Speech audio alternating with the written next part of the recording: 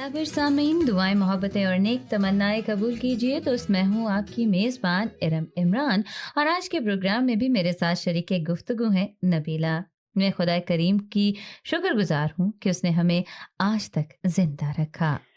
जी, मैं भी इस बात के लिए खुदा की बेहद शुक्रगुज़ार हूँ क्योंकि खुदावंद हमसे प्यार करता है।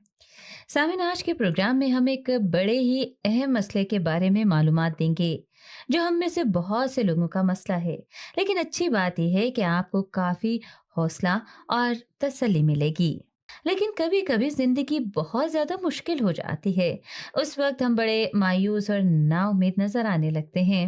और कभी कभी तो लोग जिंदगी की मायूसियों से तंग आकर शराब या फिर किसी और नशे के पीछे पड़ जाते हैं। वो समझते हैं कि वक्ती तौर पर शायद थोड़े वक्त के लिए ये चीजें उनके दर्द और गम को दूर करने में उनकी मदद कर सकती हैं। दुआ करें कि खुदा आपकी मदद करे और आप शराब जैसी बुरी आदत से बच सकें, क्योंकि आपने अपना भरोसा खुदा पर रखा और वह जरूर आपकी मदद करेगा। अपने सारे मसाइल खुदा के आगे रख दें और खुद शराब पीकर हल करने की हरगिज कोशिश न करें। खुदा ने सारी कायनात बनाई है, उसी ने आपको भी बनाया है। वो आपकी फिक्र करता है। खुदा का कलाम बताता है कि खुदा का हाथ हर जगह और दूर दूर तक पहुंच सकता है, वहां तक जहां तक आपने अपनी जिंदगी में कभी सोचा भी ना हो।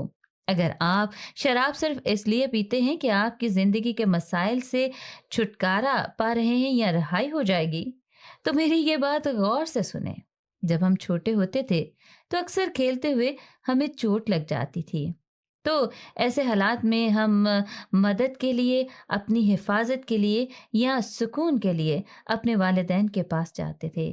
शायद मैं भी ऐसा किया करती थी और मेरे वालिदैन भी मेरी मदद के लिए भाग कर आते थे। बाइबल मुकद्दस में यशायाह नबी फरमाते हैं कि खुदा हमारे चेहरे से सारे आंसू पोंछ देगा। खुदा हमारी फ़िक्र करता है और हमें तसल्ली देता है। वो हमारी आंखों में से गम के सारे आंसू पोंछ देना चाहता है।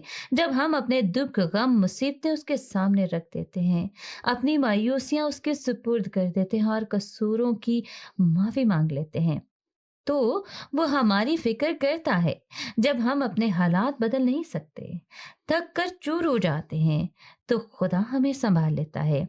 हो सकता है कि हमारे हालात नाकाबिले बर्दाश्त हो गए हों, मगर वो हमारे दिलों को तसल्ली देना चाहता है।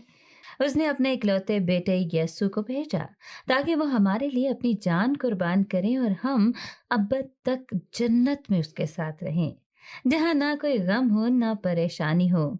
दोस्तों, आज मैं आप सबको ये याद दिलाना चाहती हूँ कि खुदा आपके गम सुनने और आपके आंसू पोंछने को तैयार है। आपको उसके पास आना पड़ेगा। उसको आपसे प्यार है, इसलिए वो आपकी फिक्र करता है। वो हर परेशानी में आपको तसल्ली देगा। वो आपके दुख ले लेगा और आपको खुशी और शादमानी बख्शेगा। यीशु हमें उम्मीद देता है, हमें दुख, दर्द, बोझ भाई बख्शता है। ज़रा सोचें और गौर करें कि यीशु की मोहब्बत हमें कैसी आज़ादी बख्शती है। हम उसकी मोहब्बत उसके पाक कलाम यानी बाइबल मुकद्दस में तलाश कर सकते हैं। यीशु हमें आज़ाद करता है। याद रखें, हम सब खुदा की नज़र में बड़े ग्रां कदर और कीमती हैं। हमारे साथ राब्ते में रहिएगा और अब आइंदा हफ्ते तक के लिए अपनी मेज़बान इरम इमरान और नबीला को इजाज़त दीजिए।